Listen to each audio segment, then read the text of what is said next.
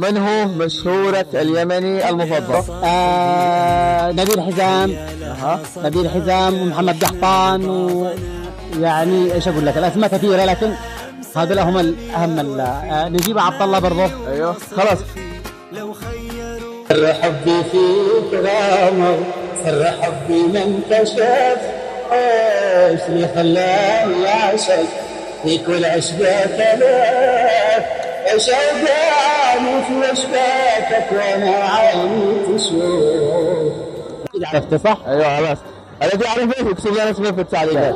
طيب الأغنية سرند التي اشتهرت وهي أغنية سلام يا ظنا، تمام، هل سبب شهرتها المسلسل أم مازن ومحمد زياد؟ صراحة هو النجاح والشهرة مشتركة.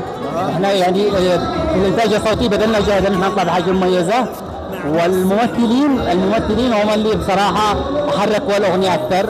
الممثلين انفسهم اللي كانوا أهم الممثلين في المسلسل هم اللي طيروا الأغنية ترند بالريلزات والفيديوهات. ولكن احنا عملناها أكيد للمسلسل نفسه، مدرسة المشاغبين.